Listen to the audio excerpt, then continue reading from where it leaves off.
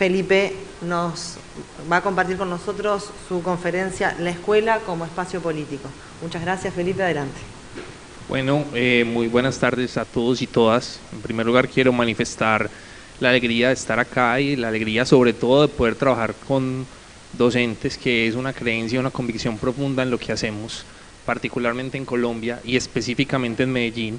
Llevamos 20 años creyendo que cualquier cambio social que queramos instalar de manera contundente, sí o sí, pasa por la escuela como un escenario que favorece prácticas de inclusión y pasa por los maestros y pasa por las maestras como esos actores que favorecen liderazgos sostenibles e instalados y sobre todo nos ayudan a formar en ciudadanía. Dándoles las gracias de nuevo por estar acá, quisiera hacer 3 aclaraciones que me parecen pertinentes porque parte de lo que les vamos a mostrar, desde luego como todo en educación, responde a un escenario de reflexión contextual. Y quiero hacer muy burdamente estos 3 comentarios un poco para que situemos algunas ideas alrededor del país de donde yo vengo y que naturalmente van a ver instalados en lo que les venimos a contar. La primera aclaración, y un poco tratando de hacer comparaciones con la realidad que hemos logrado leer muy parcialmente de Uruguay, es que nosotros tenemos una geografía evidentemente más extensa. Colombia tiene alrededor de 1.150.000 kilómetros cuadrados y ahí vivimos 50 millones de colombianos. Hace 2 semanas llegamos a esa cifra, más 3,5 millones de venezolanos que en los 4 últimos años han venido como parte de la población migrante a un país como el mío, que nunca hasta hace 4 años había recibido población migrante. Nosotros somos un pueblo que históricamente ha ido a otros países y estamos aprendiendo, al contrario, por primera vez a recibir a personas de otros contextos. Y les decía además que en ese 1.100.000 kilómetros, más o menos el 90% de la extensión se considera rural, solo un 10% se considera urbano, y en ese 10% vivimos el 85% de los habitantes. Es decir, que tenemos una extensión geográfica muy compleja en términos de tamaño, pero una concentración urbana muy acelerada. Eso hace que, por ejemplo, el 94% de las sedes educativas de Colombia estén en la ruralidad dispersa. O sea, nuestra gran mayoría, reto además que espero transmitírselos ahora, tiene que ver con el acompañamiento de esas nuevas ruralidades y ese país que se abre en un proceso de posconflicto que estamos. Segunda aclaración, 55 años lleva el conflicto armado en Colombia, no es un conflicto entre el Estado y un grupo armado. Nosotros tenemos una realidad en la que existen o cohabitan distintos grupos armados de diferentes tendencias. Tenemos desde extremas izquierdas a través de organizaciones guerrilleras hasta extremas derechas a través de organizaciones paramilitares que han estado 55 años en un conflicto que, mal contados, ha dejado 6 millones de desplazados internos en mi país. Es decir, que más o menos el 15% de la población han tenido que salir de sus casas, abandonar sus tierras e irse a otras ciudades u otros contextos porque finalmente seguimos en una guerra interna. Y lo tercero es que Colombia, como muy buena parte de Latinoamérica, y ustedes ahí creo que son un caso excepcional que a mí me gusta mucho, tenemos dificultades en la madurez democrática. Esa ausencia de Estado que hemos tenido reiteradamente a través de los 2 siglos de formación de Colombia como república ha hecho que la noción de Estado, la noción de gobierno y la noción de participación política para nosotros sea muy difusa.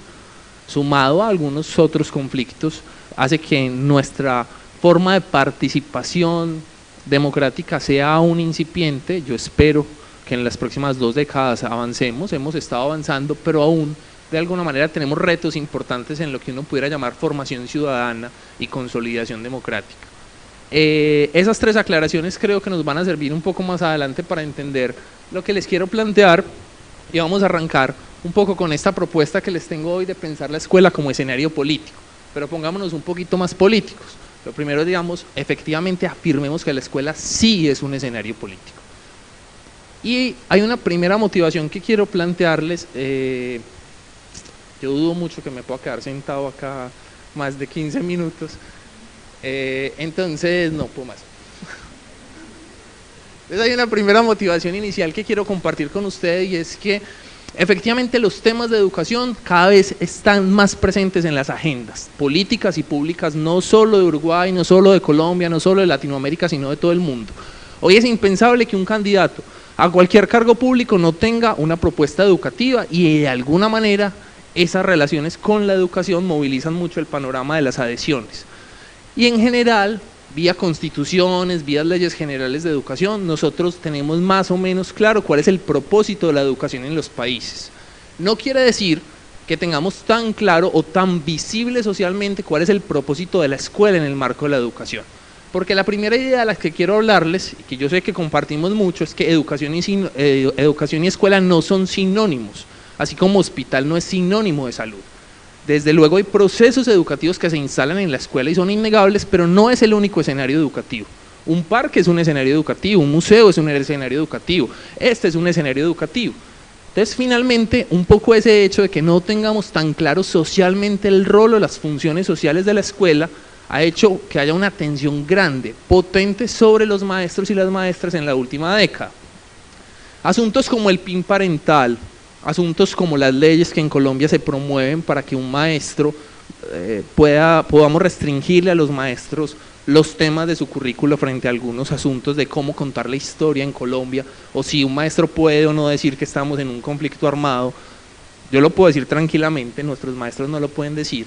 Hacen parte como de esas tensiones que de alguna manera se empiezan a ver cuando hablamos de una escuela política, porque como no nos hemos permitido realmente una reflexión social contundente y poderosa alrededor del rol político de la escuela, el rol político del maestro, el rol de formación ciudadana de la escuela, entonces nos empieza a generar como muchos temores mezclar la palabra y escuela y política, como si los seres humanos por definición no fuéramos sujetos políticos.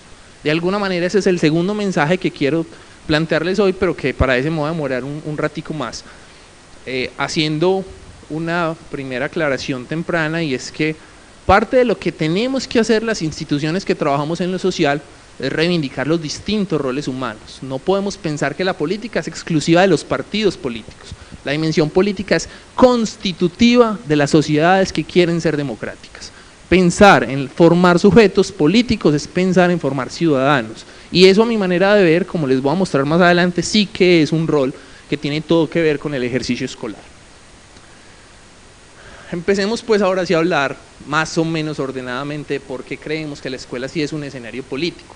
Y para esto les quiero traer una cita de Vicente Verdú, que se murió hace muy poco, un periodista español reconocido, columnista semanal de varios diarios en España, y él hace 20 años saca un libro que se llama El estilo del mundo, que intenta un poco anticipar cómo él veía la realidad del mundo cuando estábamos cambiando de siglo y cuando estábamos cambiando de milenio.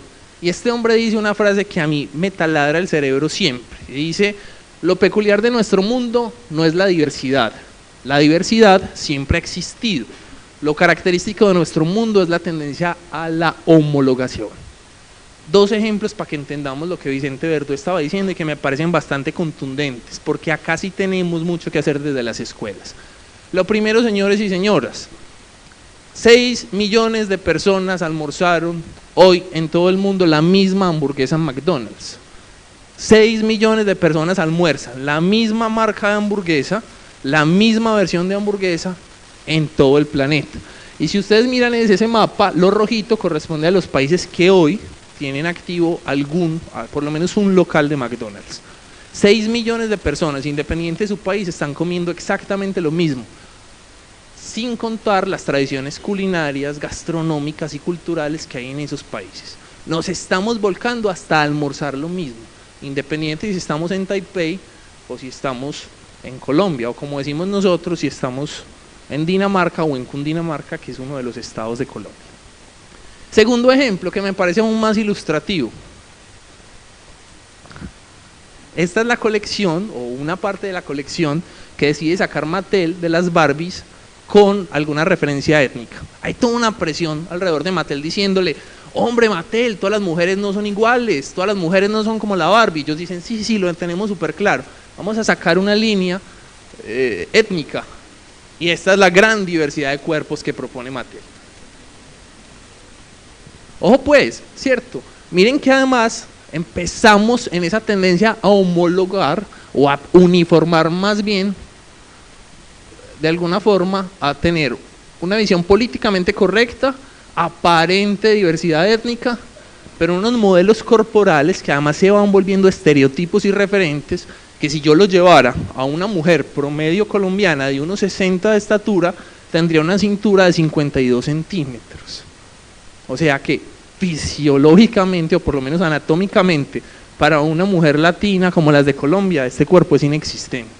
Y creemos que favorecer la diversidad, entonces, es plantear distintos tipos de cabello, a lo sumo esta tiene el cabello corto. Pero miren esa tendencia instalada desde los juguetes, por ejemplo, a tener una única versión de cuerpo y a vender esto como si fuera un panorama dentro de la diversidad y la responsabilidad de ser diversos. Entonces, volviendo al tema, tenemos acá un problema, no solo por lo que comemos, no solo por las muñecas que le estamos comprando a nuestras chicas o a los chicos que les compran muñecos, sino que todo el tiempo estamos referenciando una única manera. Y esto es bien interesante porque si bien hace 20 años hay una emergencia de movimientos y colectivos que están defendiendo la diversidad, aún seguimos teniendo referentes que parecen ser diversos, pero que están tratando de volvernos a todos iguales. Dicho esto, entonces, quiero plantear que en este panorama, donde queremos o quieren que todos seamos iguales, la escuela adquiere su primer compromiso político fundante. Y esto me parece muy importante y me emociona mucho poder decirlo. Aquí, frente a ese panorama donde quieren que todos seamos igualitos, la escuela tiene al menos 4 funciones que hacen que se consolide como un espacio político. El primero de ellos, por definición, la escuela plantea, propone la transferencia de unos saberes que socialmente damos por hecho que son deseables. Pero acá lo que es muy importante para entender ese rol político es que podemos comprender la apropiación de esos saberes como patrimonio público de lo que somos. Es deseable que cualquier ciudadano o cualquier ciudadana de este o algún país pueda tener los elementos mínimos de saber democratizados que le permitan una comprensión del entorno. Y eso es un problema público. ¿Cómo yo voy a hacer para que cualquier ciudadano pueda entender mejor el entorno en el que vive y otros entornos en los que otras personas viven? Es un problema de relacionamiento de la esfera pública. Es decir, es un primer problema político. La escuela democratiza los saberes. Primer punto. Segundo, fundamental para nosotros también, es un escenario central, potente, contundente para la apropiación de saberes que permiten decisiones argumentadas. No es suficiente, nosotros siempre ponemos el mismo ejemplo en Medellín, pero yo me lo voy a permitir, no es suficiente saber que a uno le llega la cuenta de servicios públicos y hay que pagarla. Es necesario ir un poco más, es saber qué me están cobrando, por qué me están cobrando, cómo se distribuye, cómo yo puedo tener decisiones responsables, o por lo menos no responsables, pero sí claramente intencionadas, que me permiten relacionarme con el entorno, con los otros y con lo otro. Segundo punto político, en la medida en que yo tenga capacidad de decisión y elección argumentada, estoy favoreciendo ciudadanías críticas y responsables. Tercero, la escuela es un escenario inmejorable para mezclar maneras de pensar y vivir el mundo. Es un espacio que por definición congrega distintos tipos de personas con diversas creencias, diferentes maneras de ser, de existir y de pensar el mundo. Es un espacio donde coexisten las culturas y en ese sentido es un espacio fundamental para la construcción de sujetos políticos que pueden estar en espacios relacionales con personas que piensan de manera similar, pero también personas que piensan de manera diferente. Y finalmente, un asunto que para nosotros es muy relevante en Colombia, es que con la guerra se fue la estación de policía, el banco, el centro de salud, los militares, el alcantarillado, pero la escuela siguió ahí como representación del Estado. Y el maestro siguió ahí como representación del Estado. De ahí que para nosotros en Colombia la escuela sea la institución privilegiada para la construcción de vínculos sociales. Al menos esos 4 elementos hacen absolutamente potente el rol político de la escuela. ¿Cómo no va a ser una institución política si ahí hemos puesto todos los esfuerzos de las democracias contemporáneas para formar nuestros ciudadanos? ¿Cómo la escuela no va a ser un lugar político si es el lugar donde convergen las distintas maneras de ser, las diferentes clases sociales, las diferentes capacidades, las diferentes orientaciones políticas, étnicas, sexuales, ¿cómo no va a ser un lugar político el espacio donde hemos decidido que nuestros ciudadanos se van a formar como ciudadanos? Ahora, puntualmente, y para abordar un poco esta idea de noción política, desde lo que nosotros estamos haciendo en Colombia en particular, y especialmente en las zonas de posconflicto, las zonas que digamos la disminución de la guerra en Colombia nos abre y donde podemos volver, hay 4 dimensiones que creemos que consolidan ese rol político de la escuela. Creo que por lo menos estamos de acuerdo en que la escuela sí es un escenario político, yo espero que estemos de acuerdo con eso. Pero hay 4 dimensiones que les quiero presentar muy rápidamente, que a nuestra manera de ver consolidan esa escuela como un escenario político. Y esos 4 elementos son, primero, una migración de la escuela que forma en competencias, que también lo hace, el marco educativo en Colombia trabaja por competencias, pero a nosotros cada vez nos parece más importante decir que la escuela debería volcarse un poquito, preocuparse un poco más por formar en capacidades, ahorita vamos a ver de qué se trata eso. En segundo lugar, una transición que creemos fundamental, pasar de tolerar la diferencia a promover la diversidad. La tercera tendría que ver con migrar de la instrucción cívica a la formación ciudadana. Y la cuarta, entender al maestro no como instructor, sino como líder social. Voy a intentar desarrollar rápidamente estas 4 ideas. Primero, no me voy a concentrar muy al detalle en la idea de las capacidades, pero de alguna manera el enfoque del desarrollo humano nos permite entender que las capacidades son ante todo ejercicios de libertad individual, que no es suficiente con asegurar los funcionamientos, no es suficiente con asegurar que una comunidad tenga luz, agua, accesos, eso es importante, muy importante, pero no es suficiente. Es necesario que cada sujeto y que cada comunidad defina qué quiere en función de lo que entiende por su propio bienestar, por su estar bien. Y esas libertades individuales y esas libertades colectivas movilizan capacidades de agencia. La vaina es cómo yo logro movilizar sujetos desde una perspectiva crítica, sensible y responsable, y comunidades desde una perspectiva colaborativa y de reconocimiento de derechos del otro, para que esas libertades individuales propongan o favorezcan escenarios de desarrollo o florecimiento de la humanidad. Y Martha Nussbaum se arriesga en algún momento a plantear 10 capacidades. Ella dice, hombre, al menos estas 10 cosas deberían ser universales para asegurar efectivamente que la humanidad florezca. Y a mí me gusta mucho hablar con maestros de esto, porque yo no tengo mejor ejemplo que una escuela para motivar estas 10 capacidades. Afortunadamente ustedes están en contextos en los que muchas de ellas están aseguradas, probablemente en algunos contextos de mi país no lo están tanto, pero rápidamente estamos hablando de la primera capacidad es poder estar vivo, poder tener una vida que uno valore, unas condiciones de salud adecuadas. O sea, lo segundo tiene que ver con salud corporal e integralidad física. Después está esta que me parece muy potente, estas 2 que me parecen muy potentes de cara al papel contemporáneo de la escuela.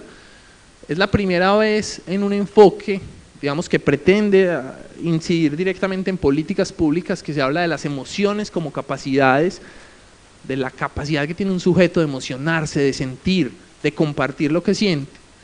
Esta que tiene que ver con sentidos, imaginación y pensamiento, es decir, poner a un plano más o menos equilibrado la capacidad de pensar, pero también la capacidad de imaginar, de sentir, de ser sentido.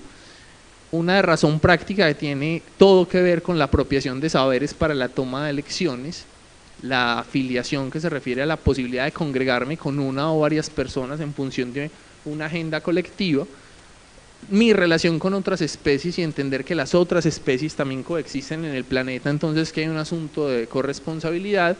La novena tiene la capacidad para jugar, una muy bonita reivindicación que hace Martha Nussbaum del juego como posibilidad de socialización y de creación colectiva. Y finalmente, control sobre el entorno de cada uno. Esas 10 capacidades se pueden traducir de alguna manera en acciones didácticas, pedagógicas, pero también se pueden traducir en proyectos de aula. Finalmente, lo que hace o lo que aporta este enfoque de desarrollo humano es entender que no se trata solamente que haya un currículo y lo cumpla, sino como el currículo, como el vínculo escolar, como la escuela, como un espacio para convocar, me permite el desarrollo de unas libertades que van más allá de lo escolar e inciden en mi vida como ciudadano. Segundo bloque de asuntos, de tolerar la diferencia, promover la diversidad. Y yo sí creo realmente que este es probablemente el reto más urgente en las escuelas latinoamericanas. Nosotros tenemos ya que pasar de decir, esta persona tiene una orientación sexual distinta a la mía, yo la tolero. Voy a ser más políticamente incorrecto. La vicepresidenta de cierto país que yo conozco muy bien, una vez dice, no, yo no tengo nada contra los homosexuales, yo hasta tengo amigos gays. Ese es el paradigma un poco de tolerar la diferencia. No es suficiente, nosotros en calidad de maestros y maestras tenemos que encontrar espacios donde se promueva la diversidad como patrimonio colectivo. Es que no se trata de seguir respetando porque el otro es diferente y lo tengo que respetar. Se trata de encontrar acciones políticas, estratégicas que reconozcan que en el hecho de ser diferentes se esconde un ejercicio patrimonial y de construcción pública de sentido. Me estoy adelantando un poquito, pero entonces, como este tema es tan ancho, creo que hay 3 ideas que nos sirven para decir que una escuela es política cuando pasa de tolerar la diferencia a promover la diversidad mediante estas 3 acciones. Primera acción, trascender la idea de que todos somos iguales, ya les voy a explicar eso qué significa. 2, visibilizar otras formas de existir en el mundo. Y 3, naturalizar el derecho a transitar entre identidades. Primero, trascender la idea de que todos somos iguales no tiene que ver desde luego con negar que en la garantía de derechos todos deberíamos tener al menos las mismas oportunidades.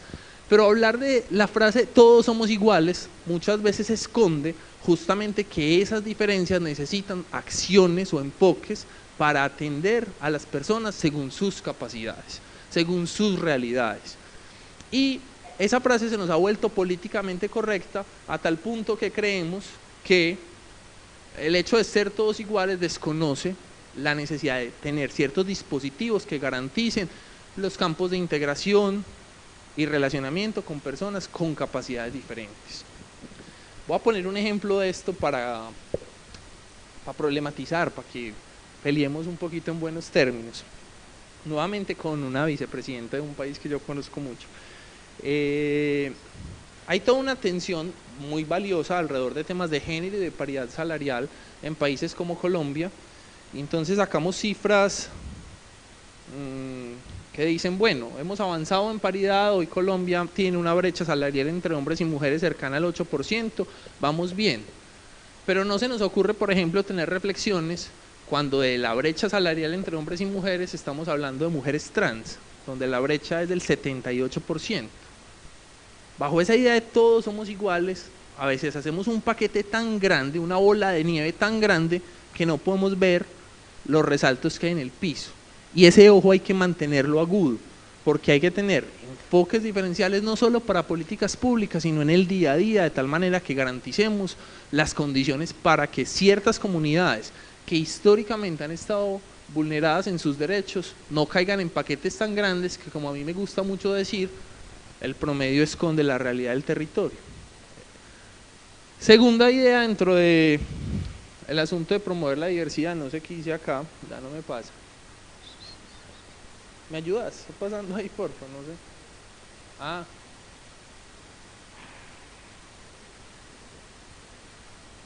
Ya. La segunda es visibilizar otras formas de existir en el mundo. Y este es un ejemplo grande. Todos o casi todos conocen el cuento de Rapunzel. Es un cuento conocido por ustedes. ¿Se acuerdan del cuento de Rapunzel? Más o menos. Era una mujer, una chica muy bella que vivía en una torre, una bruja la encierra en una torre y ella era muy rubia, pues porque era europea, y le deja crecer el cabello tiene una trenza enorme, y entonces ella logra tirar la trenza por las ventanas de la torre y por ahí trepan sus amantes. Nosotros le venimos proponiendo a los maestros del Pacífico colombiano la pregunta, ve, ¿y si Rapunzel fuera una chica afro como las que vos tenés en tu escuela? Si no fuera una europea rubia, de cabello liso, si no fuera afro, ¿qué pasaría? Entonces parte del ejercicio que hacemos un poco para politizar la escuela como un centro donde caben las diversidades étnicas es que ellos reconstruyan la historia de Rapunzel.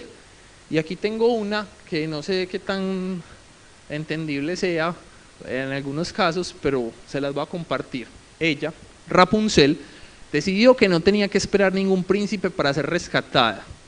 Dejó su afro al viento como le gustaba llevarlo, empacó su marimba de chonta y se fue a cantar letanías y alabados por todas las playas del Pacífico. Un poco la escuela política reconoce que no todos tenemos que responder al estereotipo eurocéntrico, ¿cierto? Y que otras formas son posibles, como a mí me gusta mucho decir. Este trabajo de recomponer los cuentos de maestros, por ejemplo, nos ha permitido visibilizar otros personajes que históricamente hemos invisibilizado y que de alguna manera creemos que son menos relevantes, que no son dignos de protagonizar un cuento, y empezamos a movilizar una reflexión en este sentido, entendiendo que no podemos seguir contando las historias del mundo con referentes absolutamente alejados de lo que nosotros somos, más aún en contextos interétnicos como el de Colombia. Y la tercera idea de esta vaina es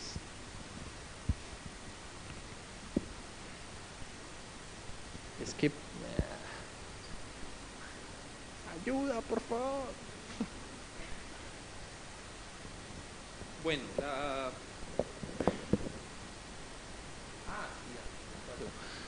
la tercera idea que me parece que ayuda mucho al tema de pasar de tolerar la diferencia a promover la diversidad es el naturalizar no el derecho a tener una identidad, sino a transitar entre identidades. Y este es un problema, digamos, antropológico. La antropología temprana estaba muy obsesionada con reconocer la identidad de los pueblos y las comunidades, y nos vestíamos un poco como Indiana Jones e íbamos a describir un relato académico de cómo eran esos otros. Pero probablemente la preocupación incluso de la antropología y de otras disciplinas ya no es ir a describir las identidades de pueblos lejanos. Para la escuela es muy importante entender que un sujeto, cuando está en su proceso social y en tanto sujeto, puede transitar de identidades. Ya no podemos seguir poniéndole tantas etiquetas a la gente para tratar de describir a la perfección su identidad, sino reconocer que las personas pueden cambiar y que es un derecho legítimo de los sujetos cambiar y transitar entre identidades. Eso desde luego recompone las formas como nos relacionamos en la escuela, pero como la escuela sí es un escenario político, tiene que tener la capacidad de reconocer que esas tensiones existen y que son posibles en un escenario educativo. Esto no tenemos tiempo. ¿Cuánto tiempo me queda? ¿Algo? 5. Ay. Bueno, muy rápidamente la tercera idea es insistir en el retorno al ideal del ciudadano. Cuando hablamos de ciudadanía estamos hablando de al menos 3 cosas, un concepto como en las ciencias jurídicas o en las ciencias políticas que dice un ciudadano es 2 puntos, un concepto claramente definido que tiene unas características, esto pues le sirve mucho a los politólogos, una representación o un vehículo para movilizar ideas. Cuando uno dice la ciudadanía empieza a exigir derechos, uno no tiene claro qué es la ciudadanía, pero de alguna manera vehicula una idea de que la mayoría de las comunidades están de acuerdo o en desacuerdo con algo. Y la tercera, que es la que me interesa proponer acá, es que la ciudadanía sí puede ser una categoría analítica para entender si la escuela está logrando o no disminuir las brechas sociales y favoreciendo formas de apropiación e identificación. Cosas como tengo derecho a reconstruir mi identidad, tengo derecho a ser migrante, tengo derecho a transitar, tengo derecho a ser múltiple, hacen parte de esas dimensiones que la formación ciudadana podría plantear en la escuela como un escenario integrador y un escenario público.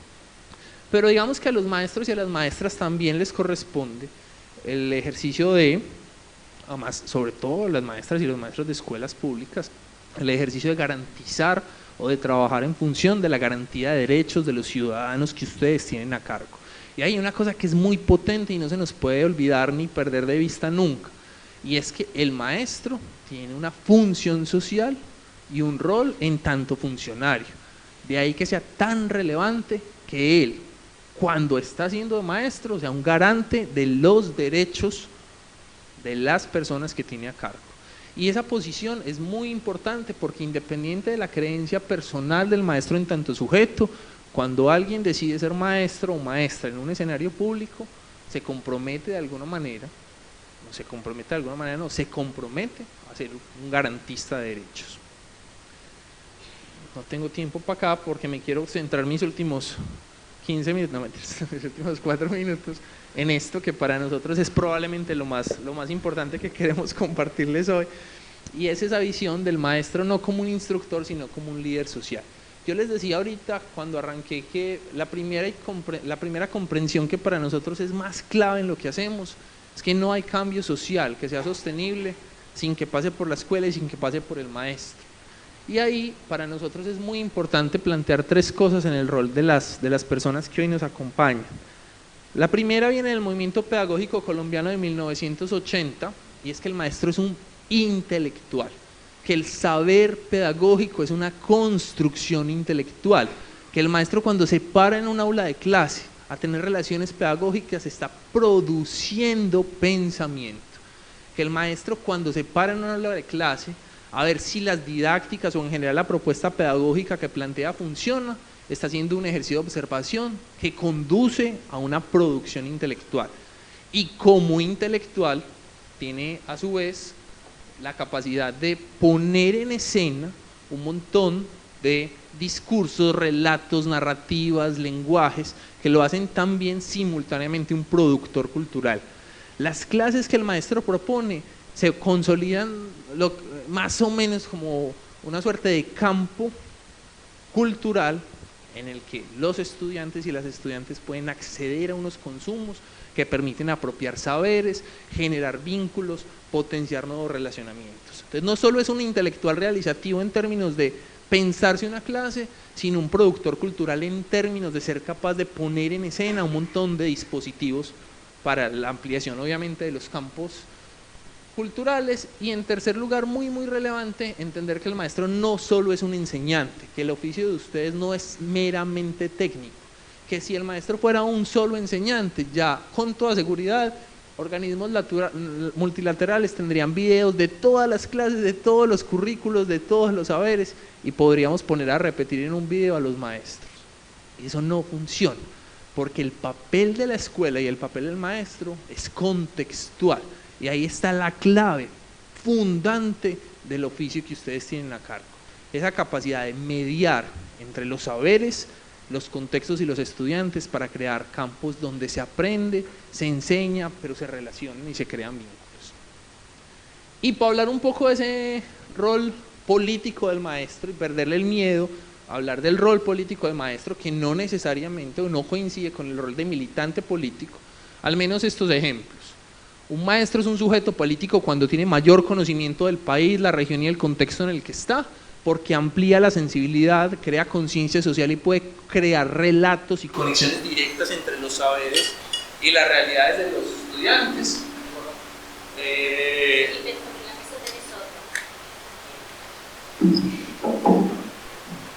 Listo. Segundo, cuando se incluyen vivencias cotidianas y nos permitimos enseñar desde lo que en la educación de museos funciona bastante bien, la escala de la nevera. Qué bueno que pudiéramos enseñar todo con escalas conocidas. Nosotros no tenemos claro, todos los ciudadanos, cuánto mide la Torre Eiffel, no es necesario, es una escala muy distinta a nosotros, pero sí sabemos más o menos el tamaño de una nevera. Entonces, poder llevar vivencias cotidianas y relatos cotidianos y contextuales, así que un maestro es un sujeto político porque está reconociendo las comunidades en las que trabaja. Tercero, vinculación y compromiso con el desarrollo de proyectos sociales, educativos, pedagógicos en comunidad. Ustedes tienen una figura maravillosa que a mí me enamora, todavía no la entiendo bien, pero son los maestros comunitarios. Pero mi otra reflexión es que el maestro no es un maestro comunitario al final de cuentas, ¿cierto? Tanto maestro que entiende el contexto. Asuntos distintos como autorreconocimiento del maestro como sujeto de saber, ampliación del pensamiento crítico. Formar el pensamiento crítico es muy difícil.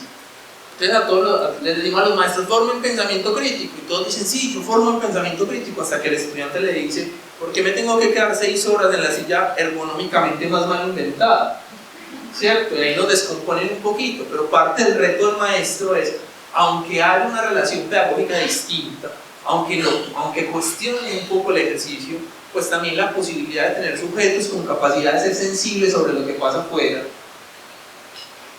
críticos y propositivos a la vez, pues es parte fundamental del rol y del ejercicio maestro.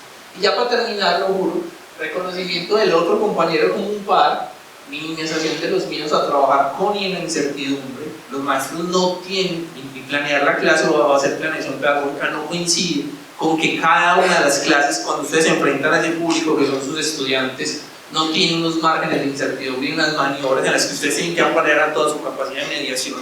Las clases estandarizadas, pues ya está mucho más claro cada vez más que no funciona. Uno no puede estandarizar al detalle los 32 segundos del saludo.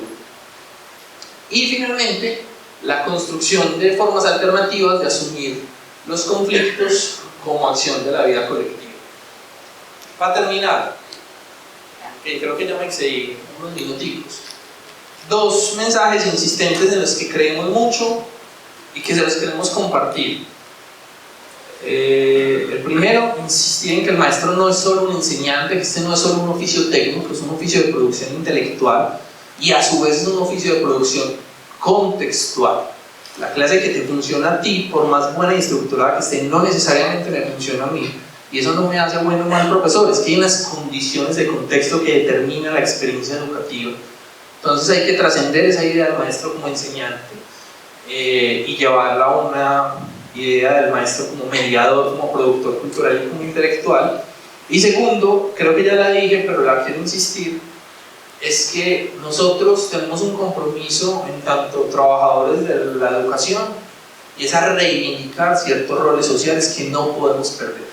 Las democracias activas se van a mantener activas si, solo si logramos que nuestros ciudadanos y nuestras ciudadanas mantengan el rol político como una de las claves de relacionamiento y construcción de país.